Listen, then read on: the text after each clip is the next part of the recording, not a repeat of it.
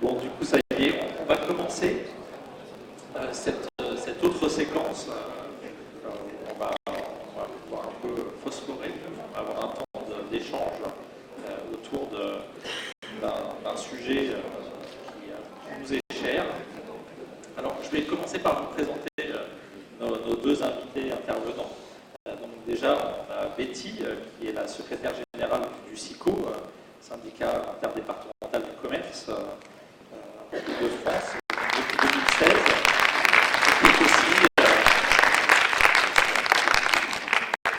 et qui est aussi membre du bureau fédéral depuis le congrès de 2019. Donc voilà, en plus Betty qui est particulièrement sensible à cette thématique des questions liées au vivre ensemble, puisque je rappelle que notamment tu avais défendu lors du congrès confédéral un amendement à la résolution sur les statistiques ethniques plus précisément. Voilà. Et puis nous avons Christophe Bertossi. Donc Christophe, toi tu es sociologue.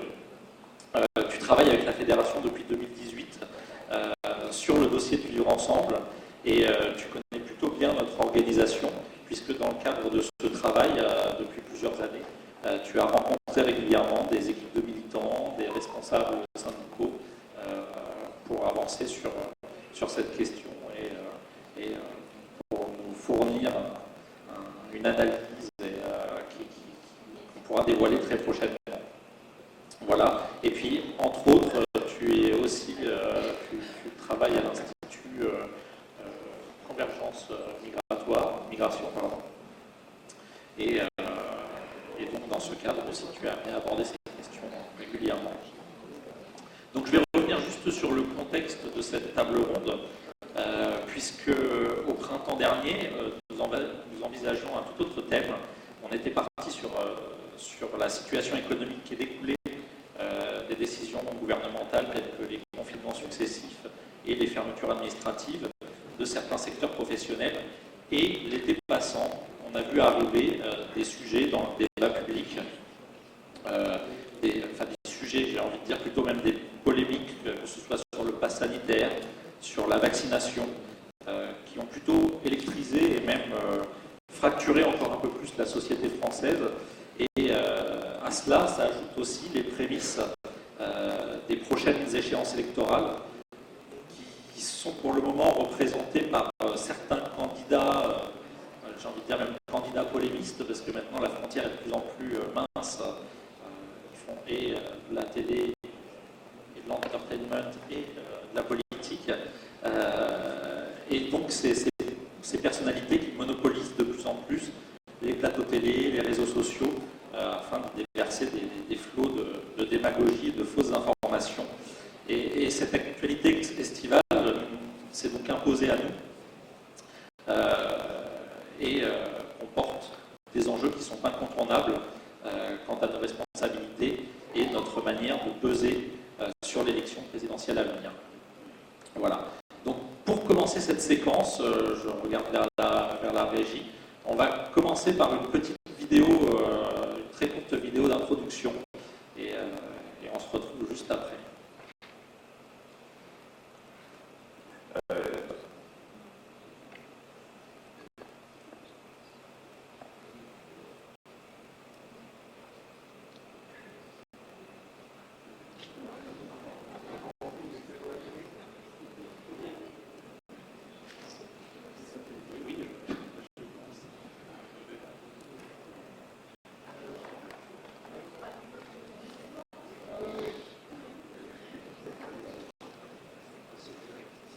Oui, c'est ça.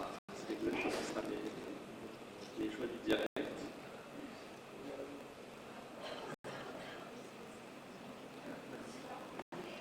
Oui, bah oui.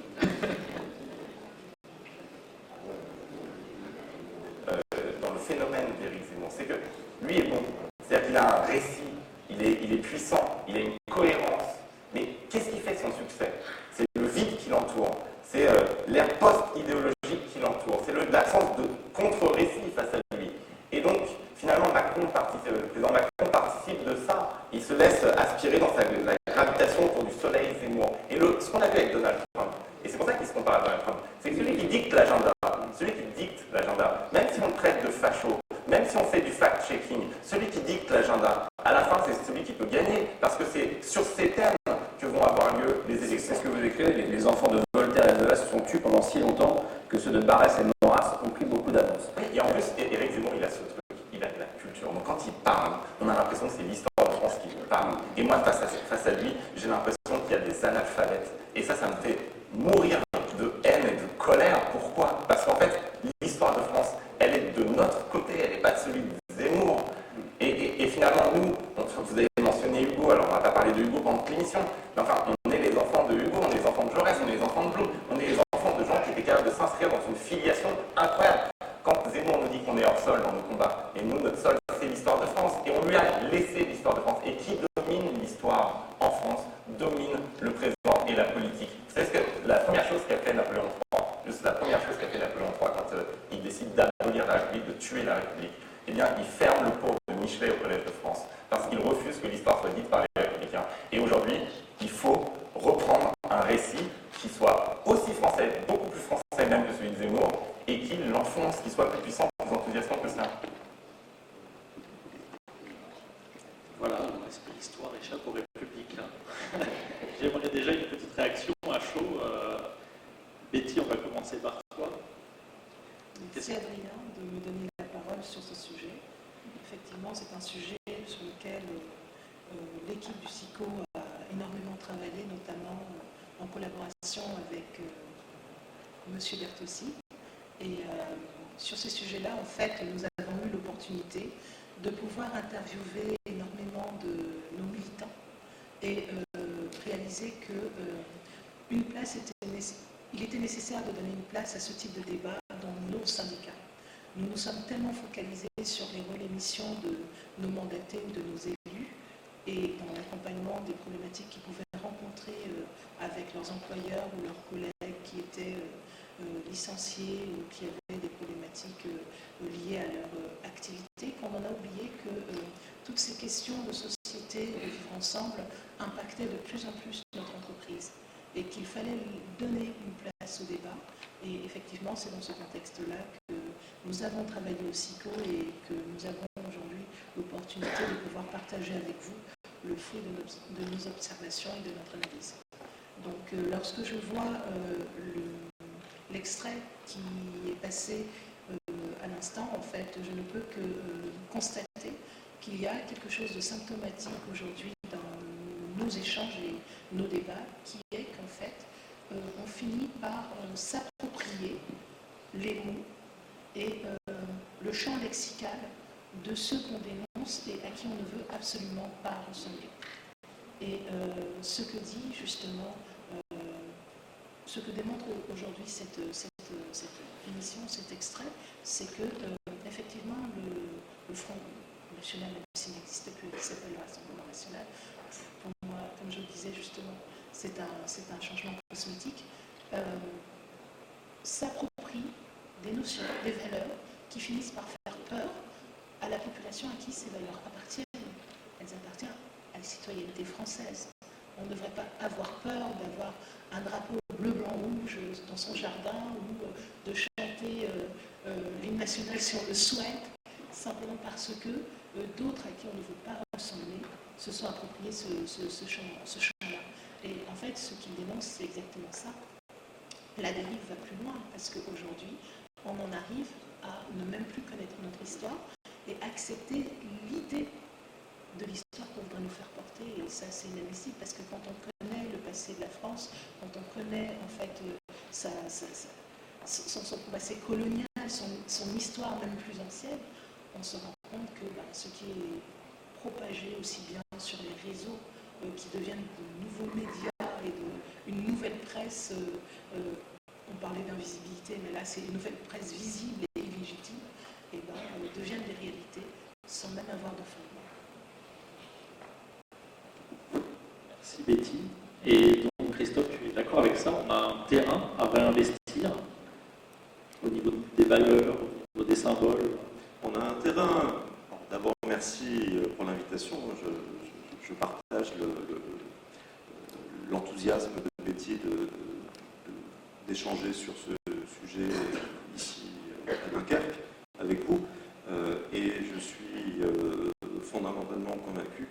ce n'est pas des questions de préférence politique ou de théorie de la citoyenneté dont il s'agit dans la discussion qu'on va avoir ensemble, mais c'est quelque chose qui nous concerne tous dans notre vécu au quotidien, au travail, dans l'engagement syndical, etc. Donc c'est des choses très concrètes parce que ça a des effets très concrets sur nos vies. Et quand on parle de l'histoire de France ou du renouveler le grand récit national, on a un peu l'impression qu'on est un peu perché dans un niveau stratosphérique. En fait, pas du tout. On est sur des enjeux qui sont la définition même de vivre ensemble en partageant la même citoyenneté. Et ça, c'est l'histoire concrète, c'est-à-dire qu'on vit avec des droits civils, politiques, sociaux, qui sont l'ADN même de l'engagement militant et qui sont garantis par un compromis politique qui s'est établi au fur et à mesure entre la fin du XIXe siècle et la fin de la Deuxième Guerre mondiale, qui s'appelle la démocratie. Et cette démocratie, pour faire vite, en théorie politique, on appellerait ça le libéralisme politique, c'est-à-dire un libéralisme politique disant que c'est la liberté et l'égalité qui doit organiser une société. Je ne parle pas de libéralisme économique, là je suis vraiment sur le thème de la citoyenneté. C'est cet acquis qu'on croyait inébranlable qui est en train, bout par bout, d'être défait. Et je crois donc que pour la discussion qu'on va avoir ce soir, l'une des questions, bien sûr, à terme, ça va être qu'est-ce qu'on peut faire pour résister à ça. Mais il y a une question intermédiaire avant d'arriver à cette question, qui est pourquoi ça a lieu?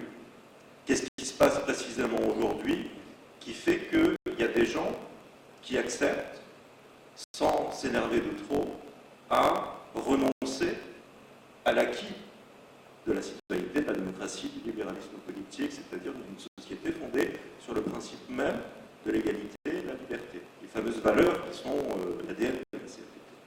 Donc aujourd'hui, on est dans une situation où on est, au-delà des positions dans le débat politique, confronté au délitement de la démocratie comme acquis minimal, comme socle commun de la discussion, du vivre ensemble, de l'appartenance commune à la citoyenneté française, et je rajouterai la citoyenneté européenne. Donc, que faut-il faire pour pouvoir répondre? Il va falloir qu'on discute entre nous de que se passe-t-il? Et justement, pour faire ce constat de que se passe-t-il, on peut peut-être aller un peu plus loin sur déjà le contexte sociétal, la manière dont il a évolué, et tout particulièrement ces 20 dernières années. On peut se dire que 2002, l'arrivée de Jean-Marie Le Pen au second tour d'une élection présidentielle a été un élément déclencheur dans l'installation de certaines idées dans le débat public. Donc on va se fixer ce laps temporel. Et puis au-delà de ça, quels sont, au-delà du contexte, quels sont les ressorts qui permettent de véhiculer cette idéologie et puis bien entendu, oui, l'idée aussi c'est qu'on en fasse ressortir des pistes d'action concrètes, nous, comment acteurs de la démocratie, organisation syndicale, corps intermédiaire, on peut agir concrètement sur ces questions-là, et notamment à très court terme, puisqu'on a une échéance qui arrive très très vite, qui est l'élection présidentielle en 2022. Donc c'est à ces questions-là que j'aimerais que l'on puisse répondre et que l'on puisse développer. Donc je ne sais pas si Christophe, tu veux peut-être commencer sur un plan assez large, et puis après, Betty, tu pourras réagir et peut-être aller plus aussi sur ce que tu as constaté toi en termes de contexte et depuis que tu es en responsabilité au syndicat. Alors, on a rappelé que le Front National avait changé de nom. C'est vrai qu'au fond, concernant spécifiquement le Front National, ce changement de nom de Front National à Rassemblement National est de la cosmétique, c'est de la stratégie politique, on la connaît, la stratégie, c'est de dédiaboliser le Front National de Jean-Marie Le Pen au profit d'un parti mené par Marine Le Pen qui soit un parti comme les autres et donc qui puisse prétendre à remporter une grande élection comme l'élection présidentielle. Donc ça, c'est une chose.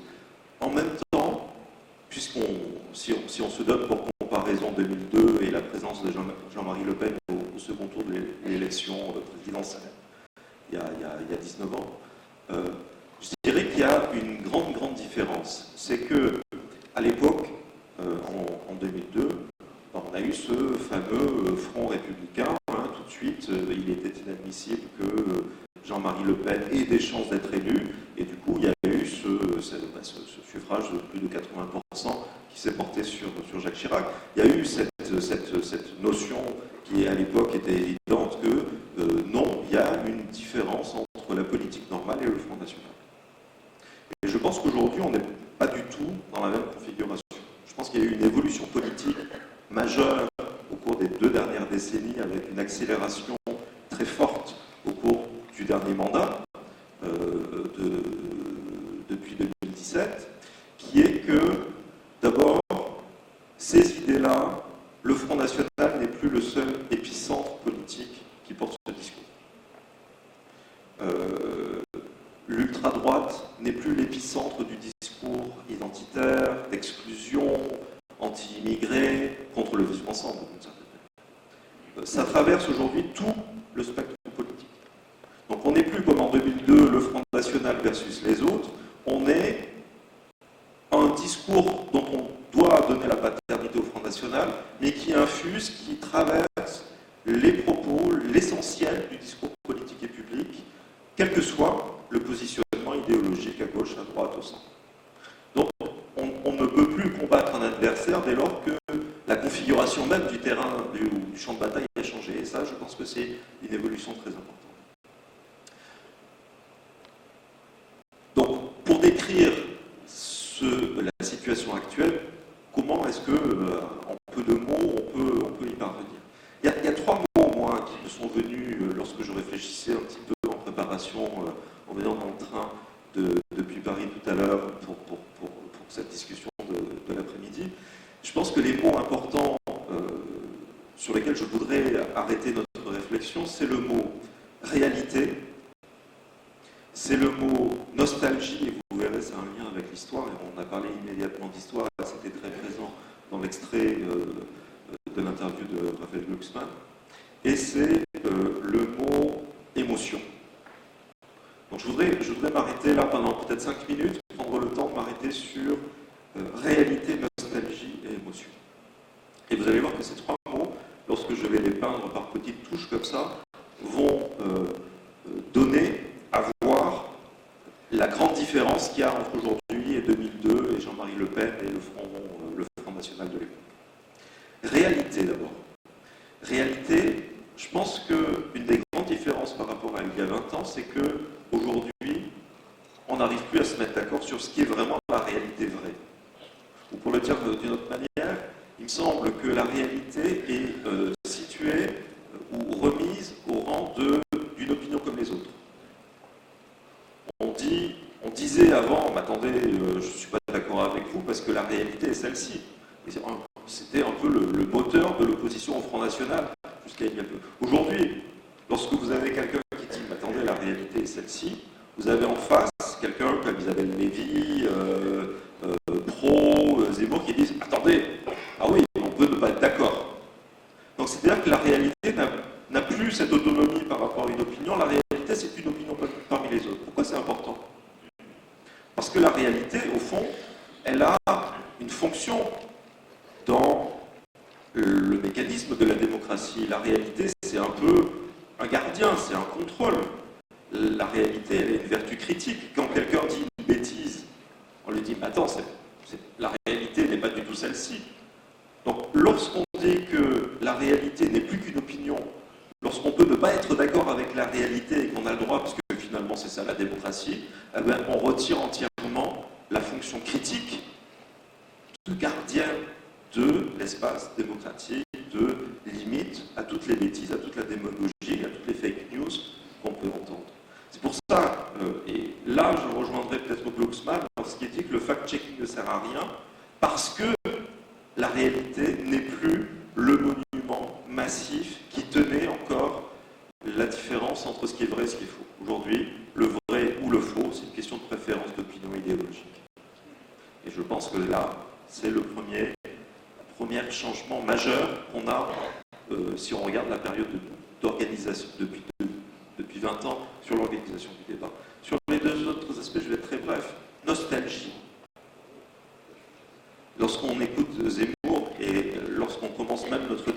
récit. On a commencé par l'histoire, on a commencé par le récit. On a commencé à se dire, oui, mais la France, c'est plutôt ça, oui, mais notre histoire, c'est plutôt ça. Et qu'est-ce qu'il a de spécifique, ce rapport au passé, dans le discours que j'ai dit, qui n'était plus le monopole de l'ultra-droite, mais qui traverse, à droite comme à gauche, ce discours qu'on a appelé nativiste dans un livre qui va paraître la semaine prochaine, c'est-à-dire ce discours d'exclusion de tout ce qui n'est pas né ici, ce discours de hiérarchie entre les vrais Français et les faux Français. Qu'est-ce qu'il a de spécifique, ce discours, par rapport au passé? Il est nostalgique. Il est nostalgique, et vous le voyez très bien, par exemple, lorsque vous avez des gens qui disent il faut qu'on soit valeur de progrès, il faut qu'on lutte pour l'égalité, il faut qu'on lutte contre la domination raciste, il faut qu'on fasse en sorte que des populations qui n'ont pas un accès à l'égalité réelle, l'égalité matérielle, soient mises dans une situation de meilleur accès à l'égalité. Et très vite, ce discours-là, le discours nativiste dont je parle, répond « Ah ben oui, mais vous êtes pour casser notre civilisation. Vous voulez l'égalité des femmes, vous cassez l'identité masculine, virile de l'homme qui est au fondement de notre civilisation. Vous voulez l'égalité des membres des groupes issus de l'immigration dans leur visibilité, dans leur diversité. Vous êtes woke, qui est quelque chose de très péjoratif dès qu'on vous le dit. Au fond, à la fin, à cause de cette nostalgie, on vous dit vous voulez, par la valeur de progrès, vous éloigner de qui nous sommes vraiment. Donc, en promouvant le progrès, vous voulez aller vers un endroit où nous, on n'est plus chez nous. Cette nostalgie, elle est donc un anathème, une accusation en permanence, et je pense que c'est vraiment ça le ressort de l'accusation de wokisme. L'antiracisme est devenu plus problématique que le racisme aujourd'hui à cause de ce rapport toxique, pathologique au passé. Et j'en viens à la notion d'émotion, et là je ne suis plus du tout d'accord avec Luxman. Luxman, en gros, nous dit Zemmour est très cohérent, il a édifié quelque chose de très fin, de très cultivé, il le dit même, parce qu'il connaît l'histoire, etc. Moi, sur mon point là, sur la nostalgie, je dirais plutôt que cette nostalgie des nativistes, y compris de Zemmour, c'est une nostalgie de gens qui ignorent complètement l'histoire, qui travestissent l'histoire, c'est une nostalgie, sans rapport au passé, sans vraie histoire. Mais pourquoi est-ce qu'elle est efficace? Et c'est là que j'en viens à mes émotions. C'est pas que Zemmour a un discours robuste face auquel tout le monde se tait. C'est pas que lui a développé un système de pensée si fin, si subtil, qu'on se sent complètement désarmé pour lutter contre. C'est que Zemmour a un seul ressort, c'est le ressort de l'affect. Un affect et le rapport au passé, la nostalgie, De Gaulle, Pétain, Napoléon, les hommes forts du passé, etc. Ça joue sur l'affect. Mais qu'est-ce qu'il y a en face de Zemmour? Il y a un système philosophique, politique, qui a mis 250 ans à émerger, à se développer, à s'éprouver dans l'histoire de France, depuis la Révolution française de 89. Et puis il y a eu les révolutions de 1830 et de 48, et il y a eu la Commune de Paris. Cette chose qui s'est développée en 250 ans, c'est l'héritage des Lumières. Donc qu'est-ce qu'il y a en face de Zemmour? Il y a quelque chose qui est très cérébral. Il y a quelque chose qui est très articulé, qui est très cohérent, qui a été éprouvé par la pratique politique, par les luttes sociales, pour l'émancipation des femmes, pour l'émancipation des populations non possédantes et des catégories ouvrières. Cet édifice très cérébral, très théorique, qui n'est pas très fort avec les émotions, c'est la démocratie. C'est-à-dire qu'aujourd'hui, si Zemmour est plus visible que le discours démocratique des démocrates qui sont contre lui, c'est que d'un côté, les émotions l'emportent, et de l'autre, vous n'avez aucun intérêt, parce qu'un handicap, je dirais, de la démocratie, dans la façon dont elle peut mobiliser les émotions. Donc c'est ça la symétrie, et elle se renverse en fait. C'est-à-dire que Zemmour, il suffit qu'il dise un truc pour que ça marche, alors qu'en face de lui, la démocratie, il faut qu'elle prouve sur tous les aspects qui sont soulevés qu'elle a raison. La démocratie, elle a droit à aucune erreur. Zemmour, lui, il est habile à gagner des batailles en ne marquant qu'un seul Et je pense que c'est cette asymétrie, cette incapacité du libéralisme politique d'en appeler à l'émotion doit être aussi une voie de réflexion pour nous. Comment est-ce qu'on peut parler aussi émotionnellement de quelque chose de raisonnable et de rationnel? C'est toute cette chose, cette bataille que Zemmour est en train de gagner. Lui, il met l'émotion en face de la raison. La raison mobilise mal les émotions.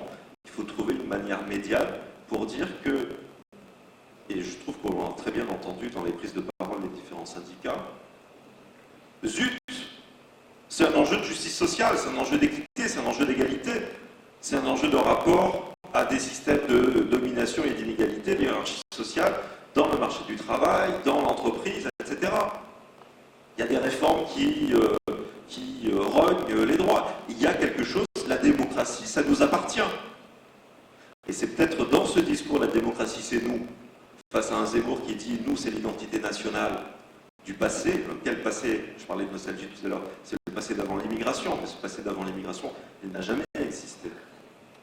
Donc c'est pour ça que je pense que, à la fois, réalité, retrouver un statut à la réalité pour redonner une capacité critique à la réalité, de dire à Zemmour, tu es nul. La nostalgie, rappeler que l'histoire, c'est pas simplement des choses qu'on dit à la télévision, mais on peut prouver, et puis il y a une méthodologie historique. Donc il faut retrouver de la profondeur historique dans le discours face à Zemmour, et on n'a pas à rougir de notre histoire, y compris en termes d'émancipation et d'accès à l'égalité. Et enfin, des émotions, trouver un chemin pour remuscler notre réflexe qui consiste à dire que la démocratie, c'est pas une chose morte. Et je pense que sur ces trois aspects, réalité, nostalgie et émotion, le syndicat est un acteur crucial dans le contexte électoral qu'on va connaître en France dans les 6 à 8 prochains mois. Merci Christophe. Et du coup, Betty, donc toi, ce qui m'intéresse, oui, c'est bien entendu que tu nous donnes aussi ton avis sur cette évolution du contexte et pour toi, quels en ont été les ressorts et aussi tes réflexions sur ce qu'on peut faire concrètement. Mais j'aimerais bien que tu nous amènes ce regard en lien avec toi, ta prise de fonction et comment tu as perçu ces choses-là. Et puis aussi peut-être que tu puisses nous parler de ce que tu as constaté au niveau de certains médias très utilisés dans le domaine du militantisme. Je pense notamment aux réseaux sociaux et puis au rapport qu'on a aux médias et justement la manière dont ça vient percuter ce sujet. Merci Adrien de me donner la parole. J'avoue que le sujet est d'autant plus complexe que combien même la démocratie s'appuie sur la raison, ce sont des sujets qui restent, eux, dans l'émotion. Dans l'émotion parce que les personnes qui en parlent ont une nostalgie évidente de ce qu'elles pensent avoir perdu, même quand elles ne l'ont pas connu, et où les personnes qui semblent subir les conséquences de ce positionnement ont, elles, une émotion violente par rapport à un sentiment de rejet ou d'incompréhension. Comment, dans le cadre de mon parcours, j'ai pu être amenée à m'intéresser plus concrètement à ces questions de vivre ensemble. Cela a commencé tout d'abord par un séjour à Bienville. La CFDT, en 2017, s'est donné comme mission de sensibiliser ses militants sur les questions du vivre ensemble et notamment de la laïcité. Et lorsque nous avons été amenés à travailler sur ce sujet-là et à interviewer les militants que nous rencontrions, au moins une bonne centaine, nous avions pu constater que ces questions suscitaient, en plus de l'interrogation, une grande part de souffrance par rapport à tout ce qui n'était pas dit. Aujourd'hui, il me semble que la laïcité, qui a été un sujet sur lequel nous nous étions penchés quand même pendant 3 à 4 bonnes années, est devenu même un sujet qui a presque disparu des valeurs sur lesquelles nous communiquions avant. Parce que je pense que l'étude que nous avons pu faire et la réaction des militants que nous avons vus sur ces sujets-là montrait qu'il y avait un besoin de clarté, de clarification et aussi un besoin d'écoute sur ces sujets. Et donc nous sommes saisis de ce constat parce que en fait le syndicat certes est un laboratoire d'observation comme pourraient le dire certains car il est sur le terrain, mais c'est aussi un lieu où on se doit de se demander maintenant qu'on a fait le constat, on fait quoi? On fait quoi? Dans un premier temps, nous nous sommes dit il faudrait déjà que les personnes qui n'osent pas s'exprimer sur ces sujets-là parce qu'elles ont peur d'être jugées puissent se voir en fait donner un cadre formel où la parole se libère. Parce que si on n'arrive pas à parler entre nous de ces sujets-là pour en fait crever l'abcès du fait que on ne pense pas tous pareil, même quand on est dans la même maison CFDT. Je pense que les témoignages de certains, que ce soit dans la matinée ou dans l'après-midi, ont pu le démontrer. On ne sera jamais en capacité d'apporter des solutions concrètes et durables sur ces thématiques-là. Donc, c'est la raison pour laquelle nous avons souhaité nous pencher sur ce sujet au SICO, mais aussi ne pas le faire à l'aveugle. Donc, nous avons recherché l'accompagnement de Christophe, qui étant sur ces sujets-là, pour nous un expert et qui, travaillant selon des recherches beaucoup plus vastes que celles que nous pouvions faire, a été en capacité de pouvoir animer avec nous des événements sur le sujet, des groupes de parole, où en fait on était beaucoup plus construit dans la relation qu'on pouvait nouer et dénouer avec nos militants, notamment sur les questions de c'est quoi la laïcité? Pourquoi est-ce que ces mots ont évolué et pourquoi ils ont un sens qui a changé? Pourquoi est-ce qu'aujourd'hui, lorsque je suis en entreprise, on me parle du voile? Est-ce que ça a toujours été un sujet d'actualité? Avant, ça ne semblait pas poser problème. Pourquoi aujourd'hui, on arrive même à créer de nouveaux mots du style, je crois que c'était islamo-gauchiste? Qu'est-ce que ça veut dire concrètement? C'est une insulte sortie de nulle part. Ça veut dire qu'aujourd'hui, être tolérant et être de gauche, ça devient une insulte. Donc, il fallait en fait qu'on réussisse à trouver un espace de discussion pour déjà comprendre ce qui se passait et en comprenant ce qui se passait, être en capacité d'apporter les bonnes réponses. Il n'y a pas une vérité, il y a toujours une perception de ce qu'on voit. Et le prisme déformé justement de ce qu'on peut lire sur les médias, la volonté d'essayer de comprendre par soi-même sans être sûr de la véracité des informations que nous pouvons lire, aussi bien sur Twitter, sur Facebook, Instagram et autres différents supports de réseau, et finalement générer beaucoup plus de questions que de compréhension et aucun espace en fait de discussion avec des personnes qui s'étaient en capacité de l'expliquer aussi bien sur un plan sociologique qu'historique. Et c'est là où le bas blessait parce que en fait nous étions tous livrés individuellement à faire des constats avec notre propre prisme, notre propre perception qui en fait était excessivement liée à notre histoire et nos vécus et qui n'était en fait parfois complètement décorrélée de la réalité dans laquelle nous pouvions évoluer. On parlait tout à l'heure de réalité, Christophe parlait tout à l'heure de réalité. Lorsque j'ai eu, moi, à travailler sur la prise de parole confédérale dont tu as parlé, j'ai été surprise de constater qu'on parlait beaucoup d'étrangers dans les médias et l'étranger semblait avoir une grande place. Et lorsque j'ai regardé les chiffres de l'INSEE, j'ai vu que sur 70 millions de Français, il y avait à peine 7%, 5 ou 7% d'étrangers. Donc qui étaient ces étrangers qui semblaient nous envahir et qui pourtant n'étaient pas visibles sur plus de la moitié de la France. Il n'y a que dans les grandes villes qu'on les voyait. Et pourtant, lorsqu'on voit les résultats électoraux qu'il y a aujourd'hui pour les partis de l'extrême droite, on ne comprend pas. Presque la moitié de leurs votants ne sont même pas confrontés à une population étrangère. Donc d'où vient cette peur, si ce n'est justement le support médiatique que selon le Front National, enfin, excusez-moi, le Rassemblement National, qui n'est pas censé les écouter, qui n'est pas censé leur donner la parole, parce que quand on entend ce qu'ils disent de la presse, on a le sentiment que la presse se détourne d'eux, alors qu'aujourd'hui, lorsqu'on allume la télé, que de toute façon je refuse maintenant de regarder, on n'entend que. Donc, question. Donc c'est la raison pour laquelle nous avons trouvé qu'il était indispensable dans le syndicalisme de pouvoir apporter en fait des pistes de réflexion. Il n'y a pas une vérité exclusive. Nous sommes ici dans la capacité de pouvoir justement dans un cadre privilégié échanger entre nous sur ces sujets-là. Et c'est aussi une façon de se conscientiser individuellement, aussi de pouvoir déposer des poids, des charges mentales que nous avons sur ces sujets-là, parce que parfois ils peuvent nous toucher personnellement.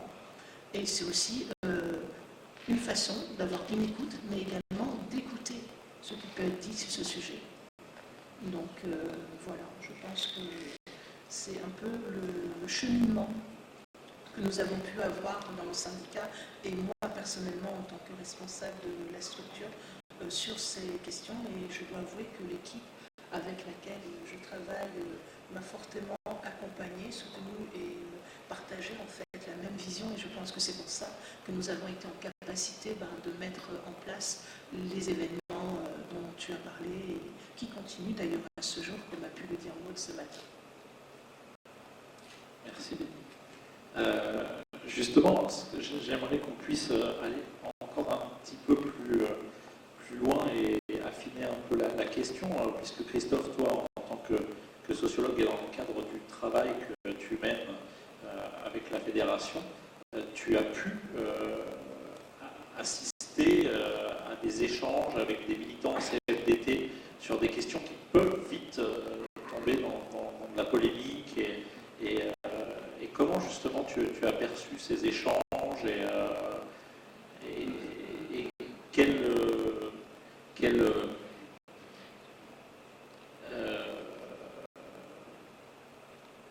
quelles alertes, entre guillemets, tu pourrais avoir à nous faire sur la manière dont on peut débattre dans l'organisation? Bon, alors, en guise de préalable pour te répondre, simplement rappeler que l'histoire du travail, c'est l'histoire de l'immigration, que l'histoire d'immigration, c'est l'histoire de France, et que travail, immigration et France, tout ça c'est mêlé. Donc on vit de fait, pour parler de réalité, dans une société qui est éminemment diverse, parce que héritage de son passé et de cette diversité qui la constitue aujourd'hui. Une fois qu'on a dit ça, on peut se dire oui, mais et alors, c'est pas un sujet. Nous, on ne voit pas les différences. Nous, on est soit parce qu'on adhère aux valeurs de la CFDT sur le principe même de la non-discrimination, donc c'est pas un sujet à construire, puisque on est déjà au-delà, de fait, dans la pratique. Ou alors on peut se dire, oui, mais en plus en France, on a cette tradition républicaine, on a cette notion du commun neutre entre nous, et puis finalement on est différents simplement dans nos espaces privés, familiaux, etc. Bon, alors, tout ça, tout ce que je viens de rappeler, c'est vrai, et je pense qu'on va tous être à peu près d'accord sur ces quelques éléments, sauf que à vivre, des fois, c'est un peu plus compliqué. C'est un peu plus compliqué d'abord parce que au travail, comme dans le reste de la société, on n'est pas entièrement prémuni contre tout un lot de catégories, de problématisation, de manières de dire, dénoncer l'immigration est un problème pour la France, il y a trop d'immigrés, le séparatisme, le communautarisme, le problème en France, c'est l'islam, /laïcité, tout ce que vous pouvez imaginer être dans les bandeaux en bas de l'écran, dans des chaînes d'information continue. Donc, on n'est pas au travail sur une autre planète. On est aussi traversé par la façon dont la société travaille, discute de ces sujets. Or, tout ce qu'on vient de dire jusqu'à présent, c'est que précisément la société, elle a du mal à discuter de ces sujets, et que dès qu'elle en discute, elle en discute mal. Donc ça veut dire qu'il y a des problèmes qui peuvent se passer, y compris dans notre espace où, a priori, c'était le point de départ de ma réponse, on est tous d'accord. Donc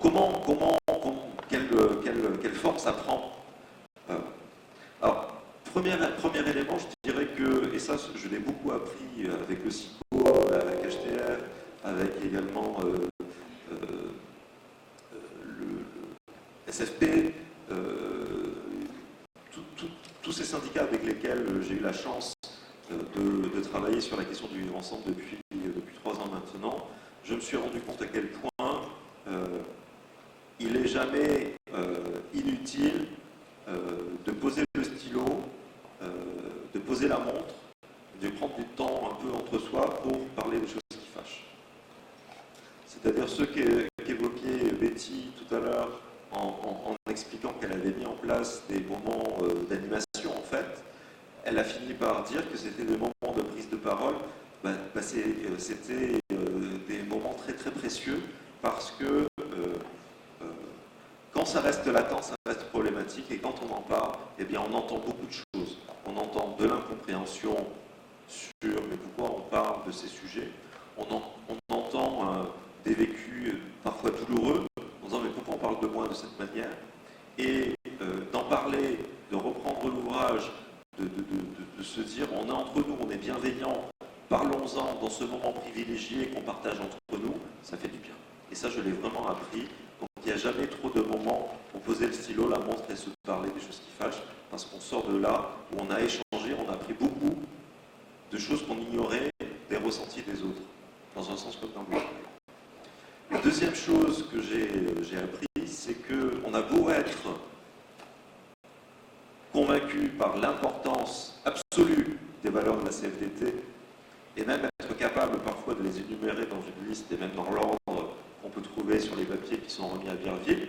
Donc il y a un apprentissage et une internalisation très forte, et donc une adhésion et un engagement très fort vis-à-vis de ces valeurs.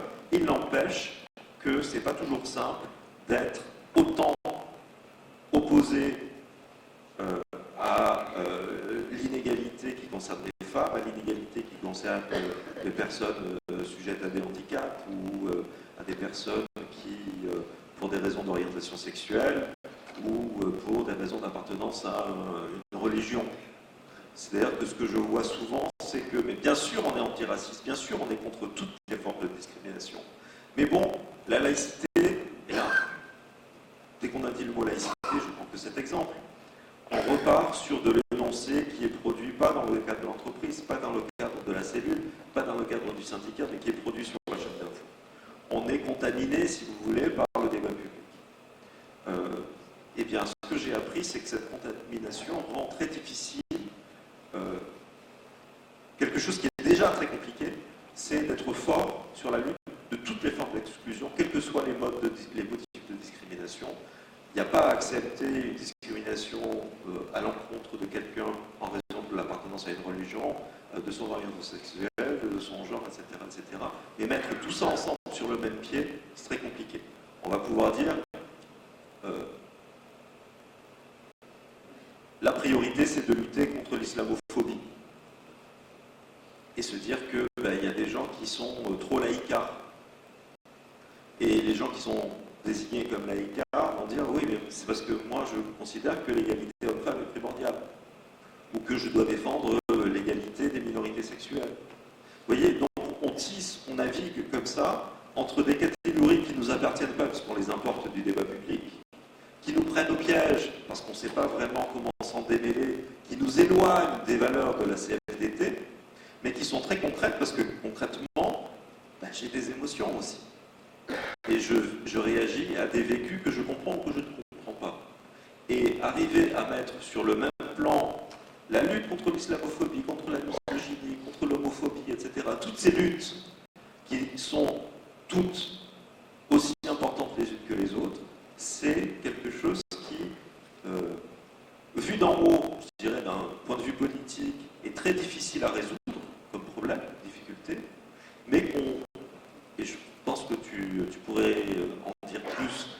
moi, mais dans les moments d'animation et de discussion que je rappelais, qu'on a eu la chance d'avoir entre nous, c'est des choses comme ça qu'on a réussi à désarmer, dégoupiller, déplier, et finalement se dire, ben oui, en fait, bien sûr, ce qui nous réunit, c'est le syndicat ou c'est le travail.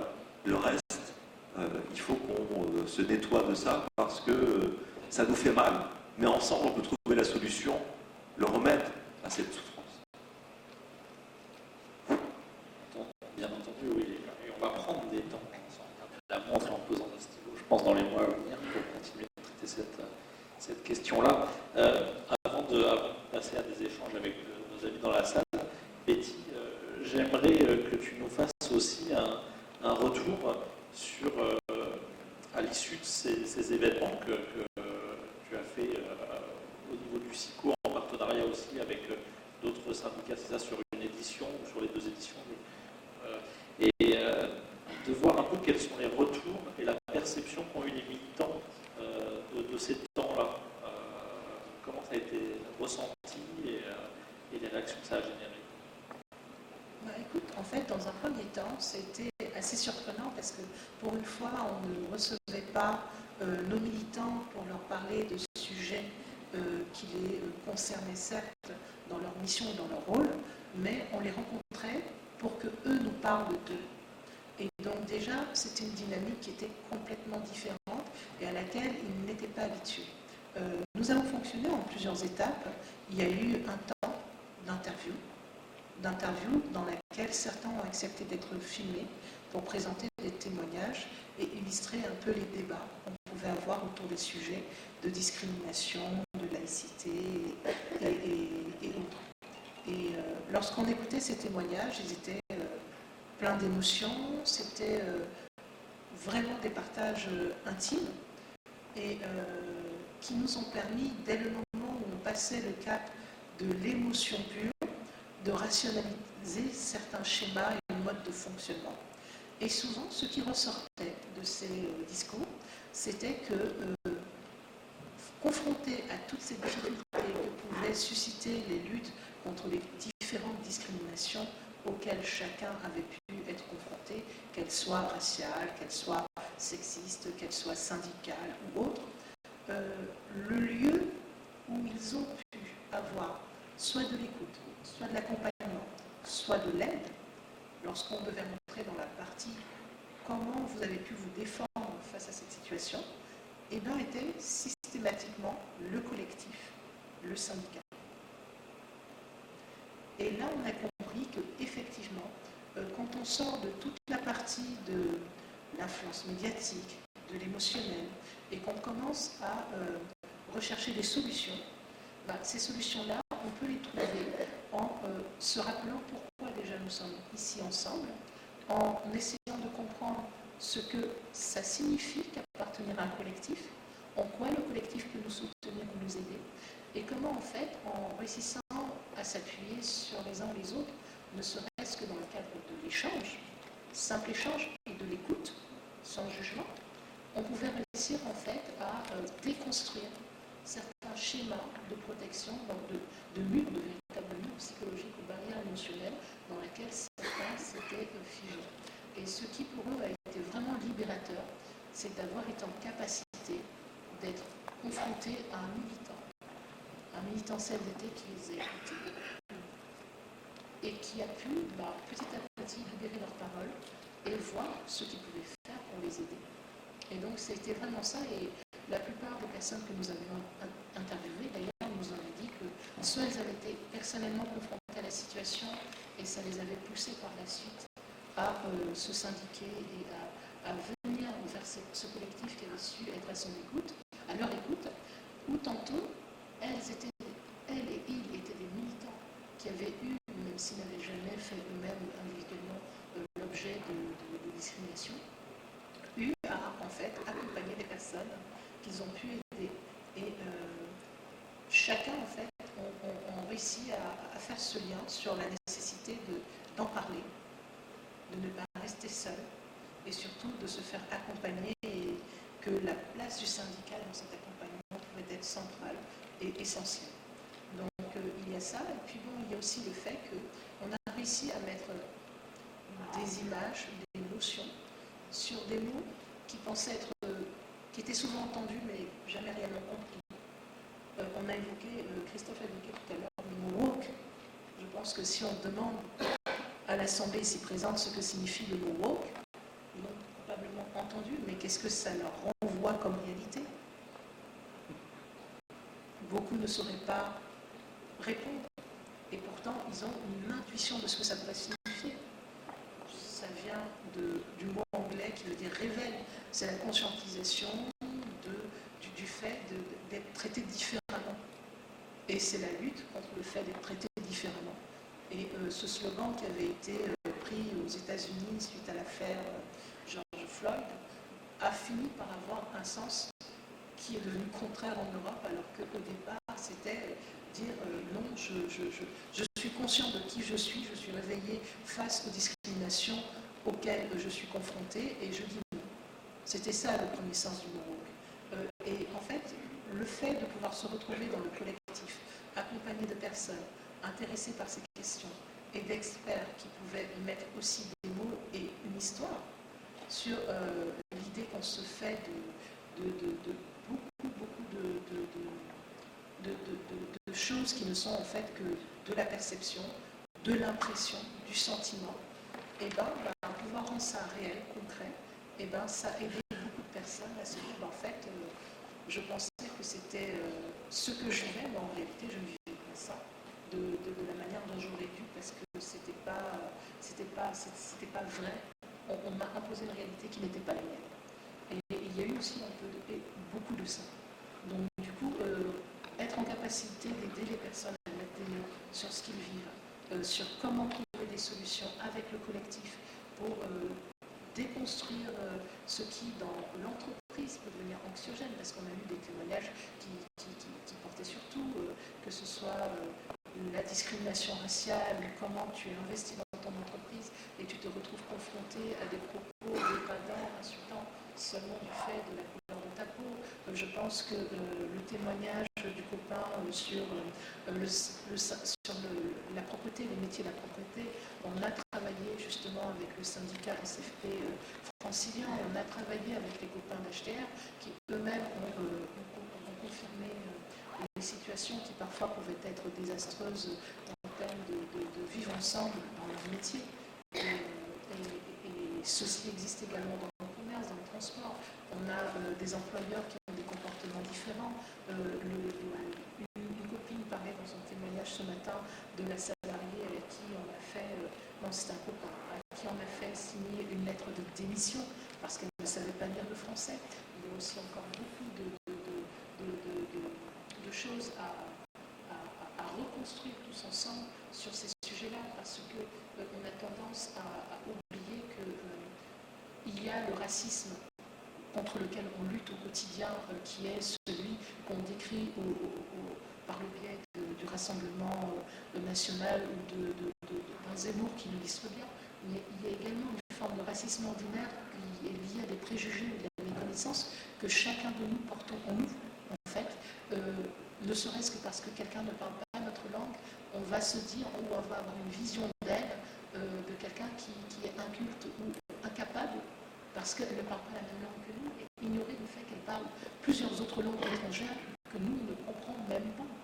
Enfin, il y a tout ce cheminement qui est purement intellectuel, qui relève du ressenti, et dans le collectif, quand on en parle avec les bonnes personnes, on réussit en fait à mettre des mots, à donner du sens, et à essayer, en tout cas, parce que rien n'est définitivement abouti sur ces sujets-là, mais en tout cas à essayer d'apporter un début de réponse. Et s'il y a bien une réponse qui, sur l'ensemble des animations qu'on a pu faire selon les différents participants, a pu être retenue, c'est la nécessité du collectif et d'en parler, et c'est également la nécessité de créer des ponts en se rappelant que la valeur travail, pour laquelle on s'est tous rassemblés en tant que syndicat professionnel, est aussi une source d'inspiration qui nous permet de justement sublimer toutes ces problématiques sociétales qu'on rencontre à l'extérieur de l'entreprise et auxquelles on peut être confronté au quotidien, et faire en sorte, ensemble, d'y réfléchir et de trouver des solutions qui pourraient compenser. Le dernier élément qui a surgi parce qu'on a eu une animation en septembre, le 16 septembre de cette année, donc il y a quelques jours en fait, quand on y pense, on s'est posé la question de savoir comment le syndicat pouvait faire pour aider nos militants qui étaient confrontés à ces questions sur le terrain et nos adhérents qui pouvaient vivre personnellement des situations liées à de la discrimination, quelle qu'elle soit. Et en fait, la solution qui avait émergé, c'était comment on fait pour construire des ponts. Parce qu'aujourd'hui, on est très focalisé par ces discours anxiogènes qu'on lit dans la presse écrite, qu'on lit sur les réseaux, qu'on entend sur BFM. Enfin bref, ils ont tous un point commun, c'est qu'ils ont tendance à créer de la division, de la dissension, à nous éloigner les uns des autres. Et on ne parlera même pas de ce qu'on a vécu avec la crise sanitaire, où au sein d'une même cellule familiale, on a quand même réussi à nous diviser sur les questions de vaccination, de passe anti-passe. Je veux dire, il y a 2 ans ou 3 ans, on nous aurait dit que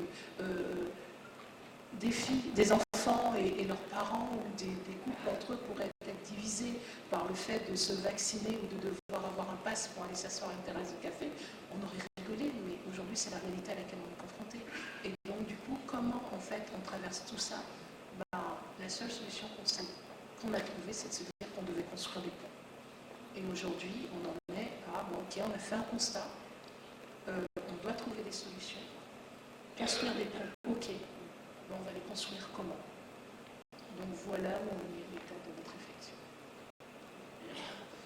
Je te remercie d'avoir au passage défini le mot woke, parce que j'ai vu mimer dans la salle le récipient asiatique qui sert à cuire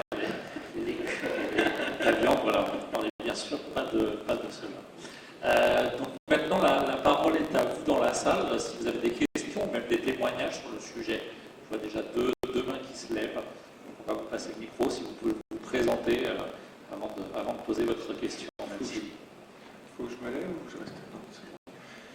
Non, je voulais juste... J'ai pris quelques notes, j'ai été studieux pour une fois. Dominique Durand, pour revenir sur ce que vous disiez au tout début, depuis 2002, dans les choses qui ont changé, il y a l'approche médiatique, du traitement médiatique de l'information. Maintenant, il y a très peu, moi qui sais écouter la radio le matin, en fait, il y a très peu de radios, c'est surtout la radio publique, qui encore où on ne met pas au même niveau un discours scientifique et un discours de quelqu'un qui sort du boulot, ou quelqu'un qui sort du PMU, qui a acheté son paquet clope. Il y a beaucoup d'émissions de débat, vous avez parlé de Pascal Poitou, on met tout au même niveau. C'est-à-dire que la parole d'un scientifique, votre parole d'universitaire est mise au même niveau que quelqu'un qui sort du boulot sur tel ou tel. Alors que vous serez, par exemple, vous êtes un expert, mais votre expertise aura la même valeur que quelqu'un qui fait du pain commun. En termes de pain, je pourrais vous expliquer. J'espère que vous m'écouterez, mais moi, je vous écoute parce que vous êtes expert de votre milieu. Ça, maintenant, depuis 2002, on met tout au même niveau. Deuxième chose aussi, c'est aussi et je reviendrai sur ce que disait Gusman, c'est le choix aussi des intervenants dans les matinales. Par exemple, pour parler des intervenants économiques, avant, sur France Écran, j'écoutais France Inter, il y avait Dominique Seux, donc qui plutôt la branche un peu libéralisme économique, qui passait tous les matins, et le vendredi, il y avait Feu Bernard Maris qui venait lui donner la contradiction. Et en fait, quand Bernard Maris a décédé dans le cadre des attentats de Charlie Hebdo, en fait, il n'a jamais été remplacé sur France Inter. Donc déjà, en termes économiques, on nous rabâche, en gros, qu'il n'y a pas d'alternative. En gros, c'était le discours de Thatcher et de Reagan en son temps. Il n'y a pas d'alternative économique. Et là, je raccroche à ce que disait Glucksmann sur le fait qu'en face, oui, en face de Zemmour, il n'y a plus de projet alternatif. Il n'y a plus rien. C'est-à-dire que, en gros, c'est en termes économiques, on sait faire, il n'y a pas de projet alternatif. Et on l'a vu, malheureusement, je pense que c'est le discours qui a fait mal, c'est en 2012, l'élection de Hollande, et Hollande qui disait mon ennemi c'est la finance, et puis puis après on a vu dans les faits ce que c'était. Donc voilà, c'est-à-dire que donc on inculque dans la tête des gens qu'il n'y a qu'une valeur économique, qu'il n'y a que le libéralisme économique comme alternative. En face, il n'y a plus rien.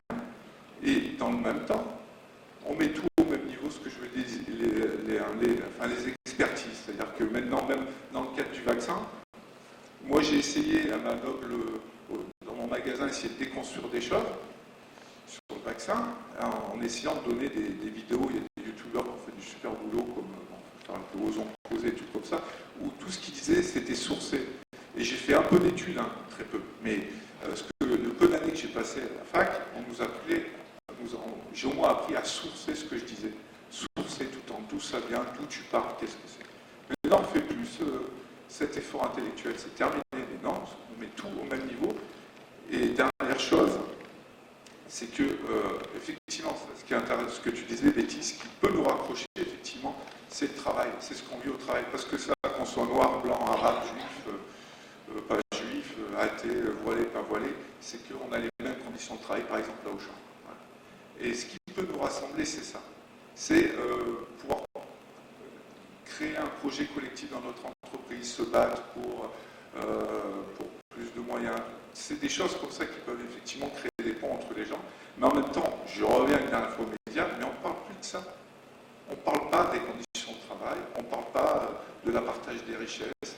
Tout passe crème. On voit, je vais juste faire une petite digression sur Auchan, mais on a un actionnaire familial qui s'est mis 750 millions de côté. Et ça passe crème dans les médias.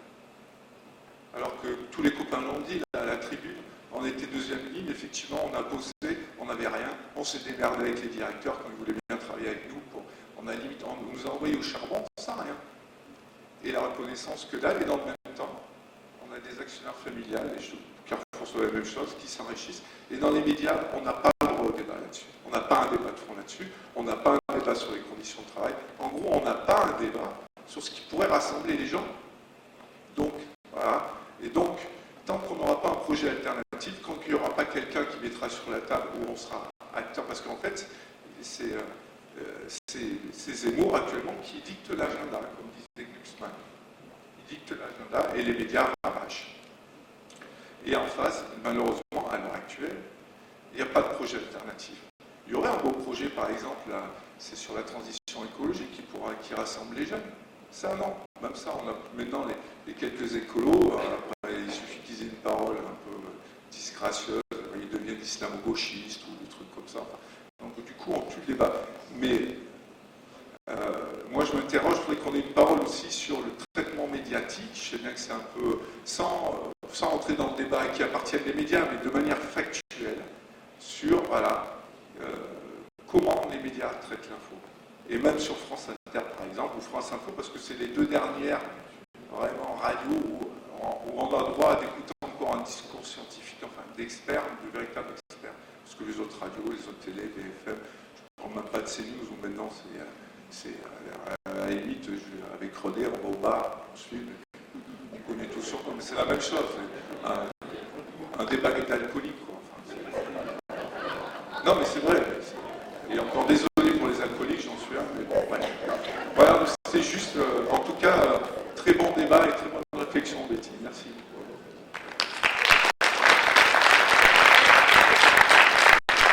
Merci Dominique. Je vois Sylvain au milieu. Bien. Bonjour, Serge Palma, service 35.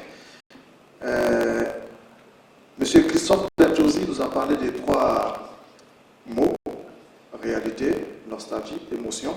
Pour résumer, Bodo, comment nous faire accepter, si je me trompe, faire passer les fake news pour nous les faire accepter.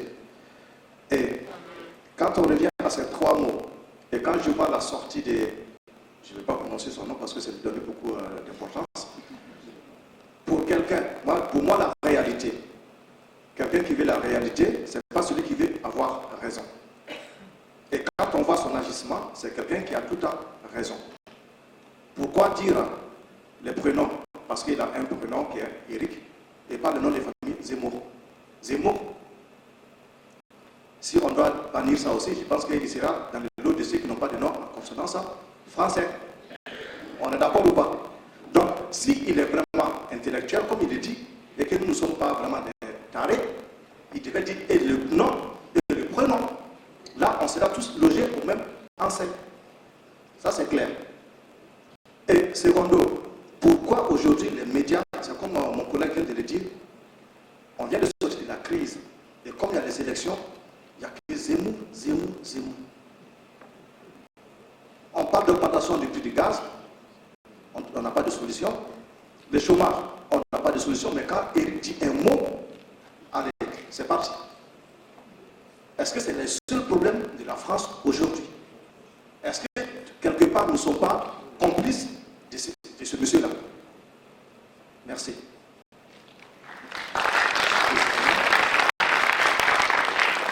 Si ça vous gêne vraiment de l'appeler par son nom, hein, vous pouvez prendre la solution de Kader tout à l'heure, c'est-à-dire donner la traduction Olivier de la place. Oui, merci pour le débat. Alors je me présente, oui, Sylvain Massé, moi je suis CDT de Railloire et membre du bureau fédéral.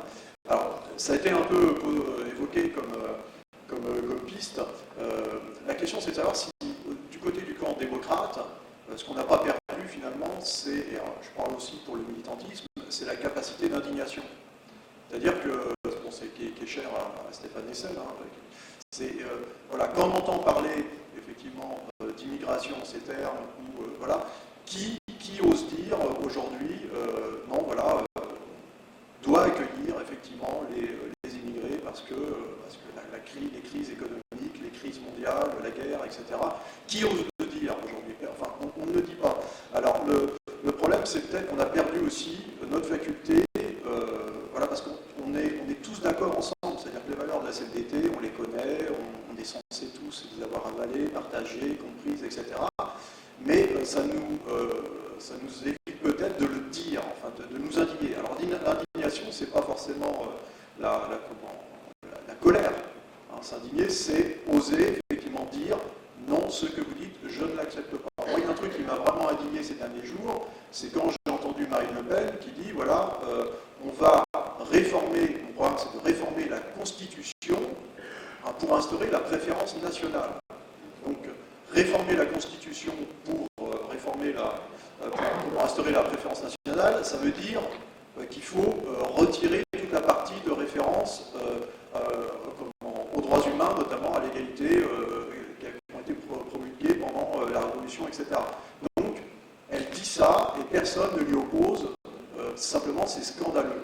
Voilà. Et personne ne dit c'est dangereux pour la démocratie. Donc ça, c'est vraiment quelque chose aussi que nous, on doit réfléchir, c'est à quel moment, en tant que militant, on doit avoir le courage de s'indigner, hein, en le faisant effectivement avec mesure. Alors quelque chose qui n'a pas trop été évoqué, alors c'était un peu dans le titre, c'est dans les fake news, etc. Moi j'aimerais interroger un peu sur le complotisme, et notamment alors, sur son essor depuis une vingtaine d'années. Alors on voit bien, donc on entend dire que le 11 septembre, c'est un complot intérieur, c'est les États-Unis qui ont détruit les deux tours, on entend dire que la Terre est plate, on entend dire le Pizzagate, etc., le mouvement QAnon, voilà, on entend dire l'État profond, il y a un État qui dirige le monde, ça fait référence au protocole des sages de Sion, voilà, on revient à des choses comme ça, ça pullule sur les réseaux sociaux. Bon, là, il y a une dynamique qui est certainement nouvelle, qui est liée spécifiquement, effectivement, à Facebook, à Twitter, etc., et qui est liée aux algorithmes aussi. C'est-à-dire que finalement, ce qui avant a été exprimé de façon un peu honteuse, maintenant peut l'être tout à fait sur les réseaux sociaux, et on se constitue effectivement des cercles de centaines de personnes avec qui on peut discuter de ça. Donc le complotisme, il y a quelque chose au-delà de l'anecdote, parce que quand on dit la Terre est plate, ça peut faire sourire tout le monde, mais ça remet aussi en question l'éducation elle-même. C'est-à-dire que c'est une critique aussi de ce qu'on enseigne à nos enfants.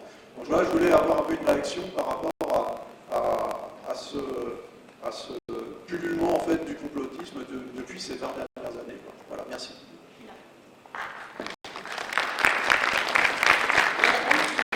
Merci Sylvain. On va déjà répondre peut-être à cette première série et puis après on en prendra une seconde. Donc, Christophe.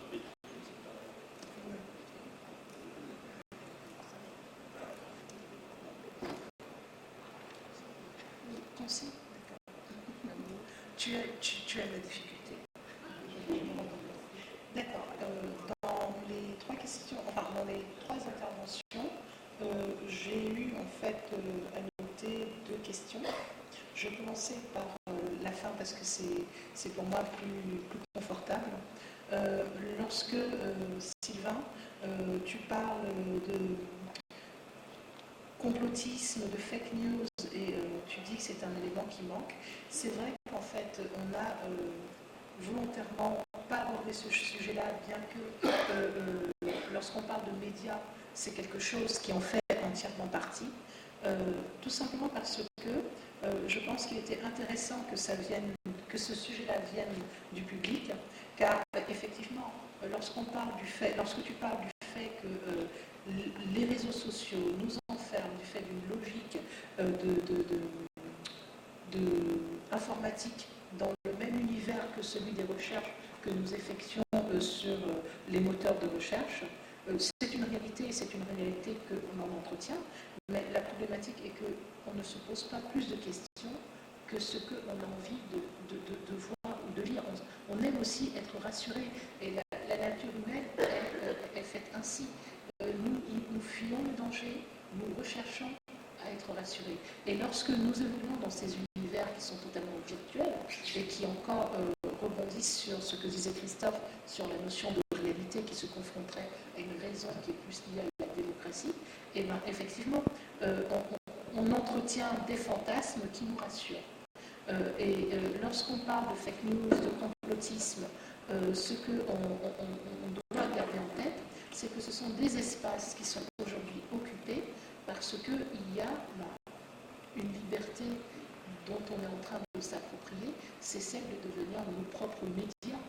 Il y a aujourd'hui une défiance totale qui est en train d'être énoncée, que ce soit par nous ou que ce soit au travers des partis de l'extrême qui passent beaucoup de temps à dire que les médias ne sont pas des gens de confiance, qu'ils sont payés et que du coup, il faut que nous devenions nous-mêmes nos propres sources d'information. Et donc du coup, cela nous entraîne vers quoi? Vers la nécessité de rechercher des informations qui nous rassurent. Et ces informations-là, quand on s'y enferme, effectivement, on ne recherche plus la réalité, on ne recherche plus la vérité, on recherche juste à entretenir ce monde virtuel dans lequel on évolue et qui nous conforte dans nos pensées et qui nous disent en fait on a raison, soit raison d'être inquiet, raison de ne pas faire confiance.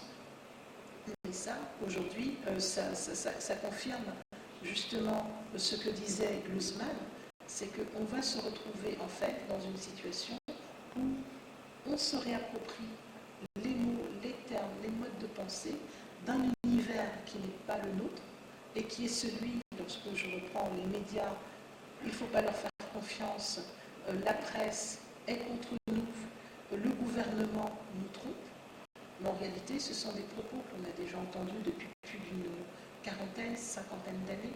Je me limite à la quarantaine parce que je ne peux pas me revendiquer qu'un cas, mais quoi qu'il en soit, effectivement,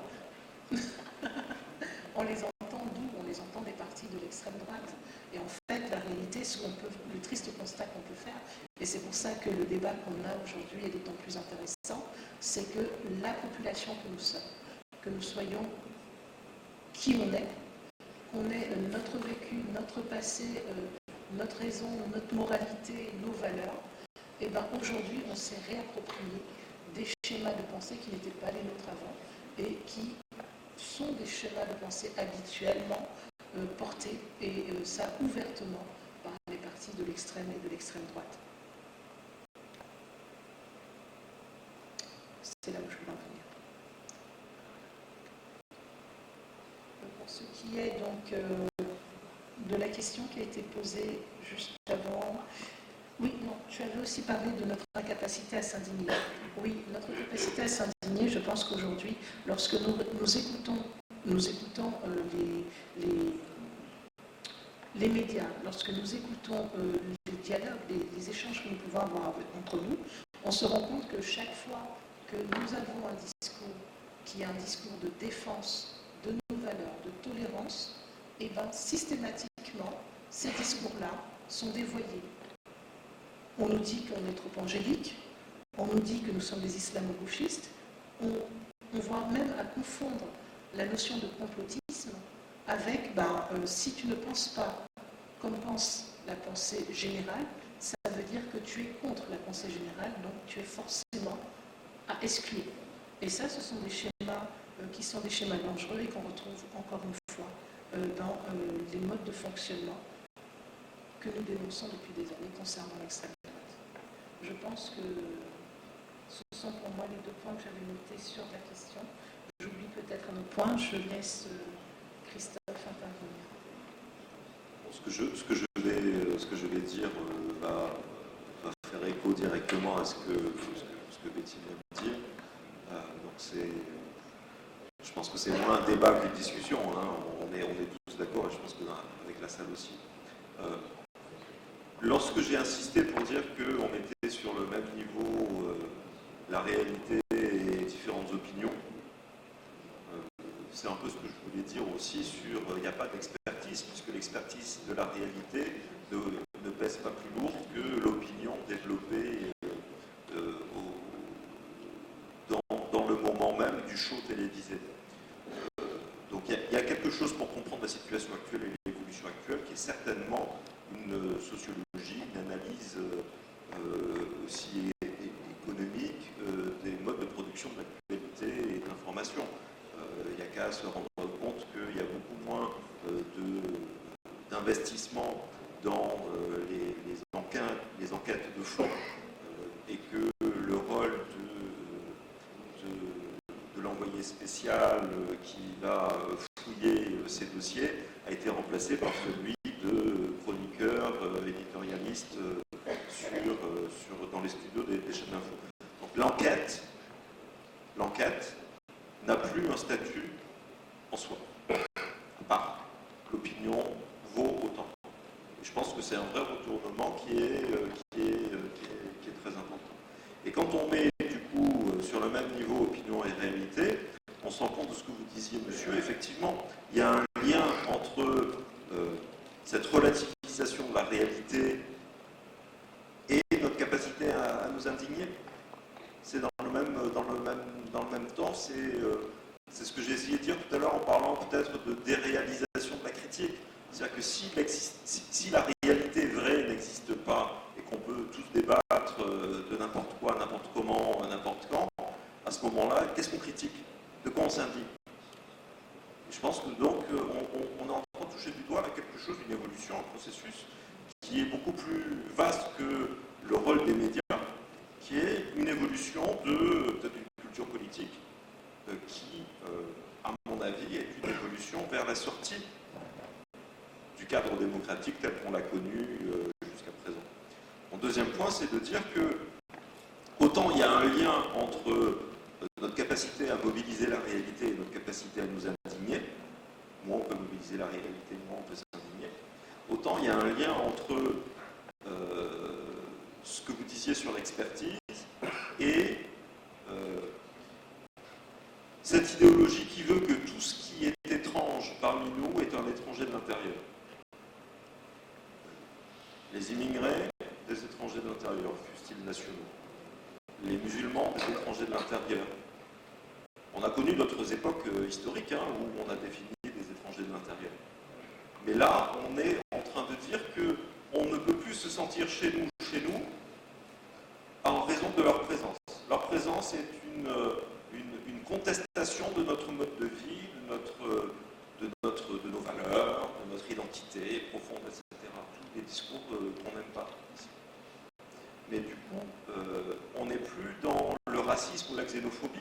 On est en train de viser des groupes de citoyens qui nous dérangent dans ce discours dominant là dont on parle, et qui sont ciblés comme étant pas vraiment des vrais Français, pas vraiment des vrais membres de notre société politique, pas vraiment des vrais citoyens, des gens qu'on doit exclure du Front National.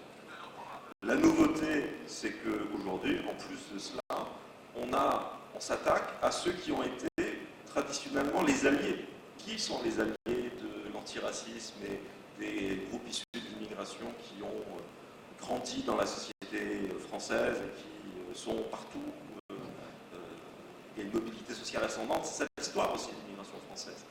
Les alliés, c'est les syndicats, c'est les associations antiracistes, c'est les universitaires. Tous ces gens aujourd'hui qui sont mis dans le même paquet, on en a parlé beaucoup, d'islamo-gauchistes. Donc non seulement on est en train de sortir de la démocratie parce qu'il y a des gens qui le disent très clairement, on a dit tout à l'heure, on va réformer la Constitution, on va sortir la France de la Convention européenne des droits de l'homme, etc. Voilà, c'est assumé, hein. Vous écoutez Zemmour, c'est pas un projet démocratique qu'il a en tête, il le dit. C'est un projet de violence du plus fort contre le plus faible, il l'assume, et vous avez raison, ça ne s'indigne plus.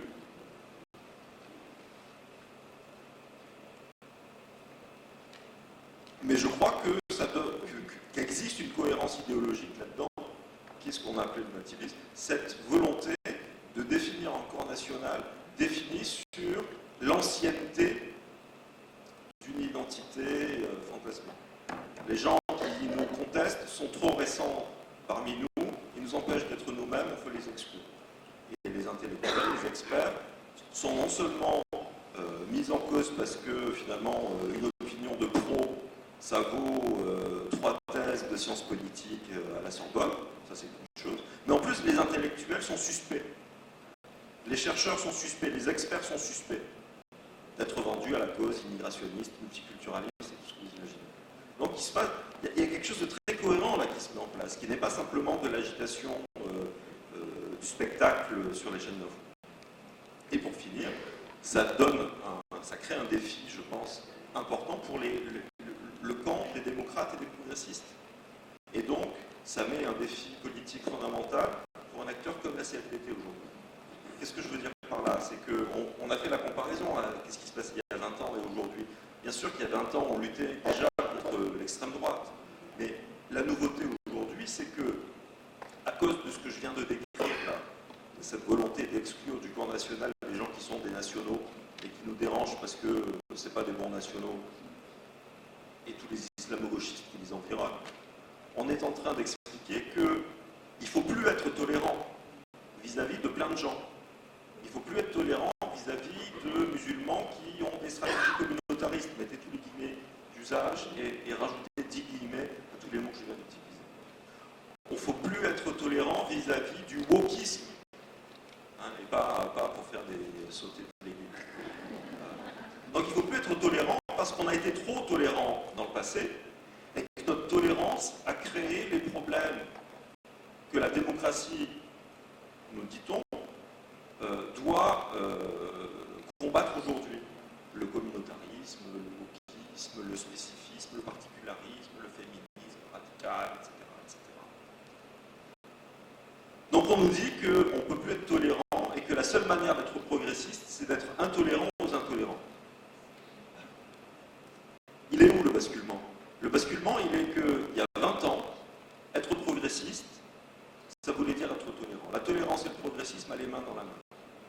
Aujourd'hui, les tolérants, c'est les islamo-gauchistes qui ont trahi quelque chose qu'il faudrait nommer, mais oui, c'est les valeurs républicaines, entre guillemets, qu'on ne finit jamais, et qui entraînent un discours où, au nom du progressisme, il faut être intolérant vis-à-vis de certains groupes. Et là, on casse le projet commun du camp démocrate. On le désingue. On le met dans une situation où on le critique et il perd ses armes, il perd ses outils, il perd ses villes. Comment vous voulez, vous allez maintenant, à présent, il va falloir passer plus de temps à convaincre que notre progressisme est acceptable dans les valeurs de la République, de la démocratie, etc. Et après seulement, on pourra vraiment commencer la bataille sur l'égalité et l'émancipation. C'est-à-dire qu'on a été complètement exclus, relégués, et que du coup, ça, c'est à mon avis un grand défi de positionnement. Et la CFDT et ses valeurs ne se positionnent plus par rapport à un ennemi identifiable facilement à l'extrême droite. Elle est face à une situation, une configuration qui est beaucoup plus vaste, mouvante, floue. Et c'est ce flou qui permet à un Zemmour de proliférer dans les médias et dans l'auto-édition d'un bouquin qui est en soi problématique compte tenu de la couverture presse qu'il a. On va juste prendre rapidement les deux questions que j'ai vues au fond, et puisqu'après il va falloir conclure cette séquence. Ça va faire beaucoup. Oui, j'avais vu la main aussi là, donc une, deux, et il y avait une troisième. Et après, de toute façon, il y aura. Vous pourrez aller vers Betty, vers Christophe. Puis l'essentiel, là, ça va plus être nos réponses, mais ça va être les interventions. Tout à fait. Bonjour, je m'appelle Nelly, je viens de la Bretagne. Je voulais juste rebondir sur une idée. C'est vrai qu'il est nécessaire de trouver un projet fédérateur universel pour essayer de rassembler les hommes afin qu'ils puissent bien vivre ensemble. Mais moi, je m'interroge un peu aussi sur l'idée, j'ai une 50aine d'années, et est-ce qu'il ne serait pas plus fondamental, plus nécessaire, voire plus urgent, d'essayer de redonner des lettres de noblesse à l'éducation scolaire, à l'éducation universitaire, pour justement faire de nos enfants des citoyens dans le sens noble du mot, parce que quand on le dit, comment réveiller la démocratie, mais est-ce que chacun d'entre nous sait ce que signifie le mot démocratie? Parce que là, ça implique les responsabilités, les devoirs. Je m'interroge aussi sur le fait, quand je vous entends parler, savoir est une chose, et savoir où trouver la connaissance et savoir l'utiliser en est une autre. Mais à l'heure d'Internet, on a accès à beaucoup d'informations, bonnes ou mauvaises. Est-ce qu'on a armé nos enfants ou nos jeunes citoyens à décrypter ces informations? Est-ce qu'on leur a donné les lectures nécessaires, nous, en tant qu'adultes, en tant que parents ou grands-parents? Est-ce qu'on a fait ce devoir-là, cette mission-là? Donc on s'interroge sur la société dans laquelle on vit, mais n'en est-on pas responsable s'il y a des gens de droite ou de gauche qui se permettent de mettre en avant des choses complètement irrationnelles? Est-ce qu'on n'en est pas aussi quelque part nous-mêmes en tant que citoyens responsables? Et je voudrais y revenir sur, par rapport aux Gilets jaunes, cette partie de la population qui tout à coup s'est sentie un petit peu pousser des ailes. Mais pourquoi? Parce que est-ce qu'on n'a pas trop souvent aussi privilégié certains politiques, certaines élites, et qui ont mis de côté cette partie de la population qui jusque-là ne faisait pas trop de bruit, hormis par certaines grèves sectorielles, des choses comme ça? On se disait, pendant qu'ils font du bruit là, ils n'emmerdent pas les autres. Mais aujourd'hui, cette partie de la population a des envies de démocratie, a des envies de pouvoir et de puissance et de visibilité. Donc voilà, je ne sais pas si j'ai apporté ma pierre à votre édifice. Voilà ce que je voulais dire.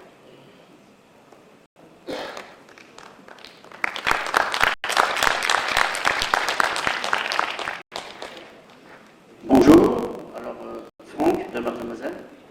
Alors moi je suis d'une génération, on va dire Mitterrand, où on nous renvoyait une image d'une certaine hauteur, d'une certaine culture politique, et on nous faisait rêver parce qu'on avait des beaux projets qui ont été réalisés, pour certains, on avait... Voilà. Depuis,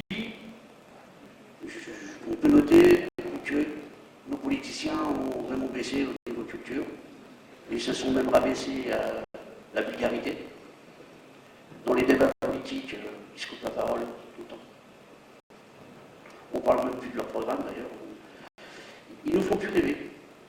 Moi, ça fait 10 ans que je ne vote pas pour quelqu'un, que je vote contre quelqu'un. Et je suis déçu de tout ça. Après, il y a aussi les nouveaux médias qui sont arrivés, qui ont tout chamboulé même. Ça a chamboulé tout. On a aussi des grosses entreprises qui bientôt contrôleront même certains pays, peut-être dans 10 ans, dans 15 ans. Tout chamboule tellement vite. Les nouveaux médias, les chaînes en continu, et puis les chaînes bien orientées, conservatrices ou pas, tout ça. Donc on abrutit l'individu avec des choses qui sont déjà orientées, alors que la personne qui regarde ne sait même pas qu'elle est orientée, en plus, ça c'est fin. Et je me dis, mais pourquoi on n'interdit pas toutes ces conneries, quoi? Si c'est des fake news, on n'a qu'à faire des lois, quoi. Si c'est des... Voilà, on laisse faire, et quand on veut, on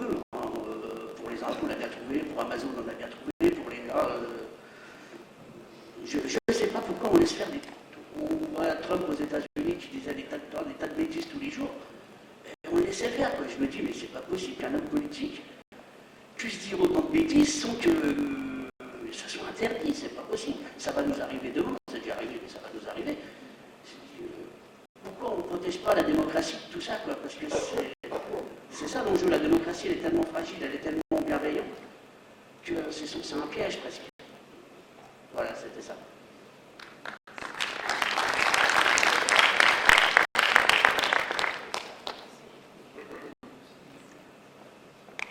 C'est Zineb du syndicat HTR d'Île-de-France. J'allais justement parler de ça. Donc, parce qu'effectivement, on a parlé de beaucoup de problèmes. Et je voulais juste appuyer sur, quand on parle d'envisager des pistes pour corriger les dérives démocratiques. J'allais exactement dire la même chose, c'est-à-dire que on est peut-être pas peut-être de la même génération, je ne sais pas, mais c'est vrai que plus jeunes, les politiques, ils s'attachaient à trouver des solutions économiques. Voilà, et le job des politiques, c'était ça, faire en sorte qu'il y ait moins de chômage, étant donné qu'ils n'ont jamais trouvé de solution par rapport à ça, ils se sont accaparés des problèmes de société qui sont effectivement relayés par les médias et qui donnent naissance à des Zemmour et autres qui s'appuient sur ça pour enrichir. Donc moi, je pense que très franchement, la solution, c'est effectivement de parler des problèmes de tout le monde et recentrer le débat sur le travail. C'est effectivement trouver des solutions économiques, des vrais projets qui font sortir notre société vers quelque chose de positif. Et tant qu'on ne traitera pas des vrais sujets, comment donner un travail à tout le monde, de bonnes conditions, et parler d'économie mais réelle, je pense qu'on ne sortira jamais de ça, parce que finalement on nourrit encore et tout se nourrit et on n'en sort pas. Enfin, c'était mon humble vision, il me semble, pour envisager les trucs.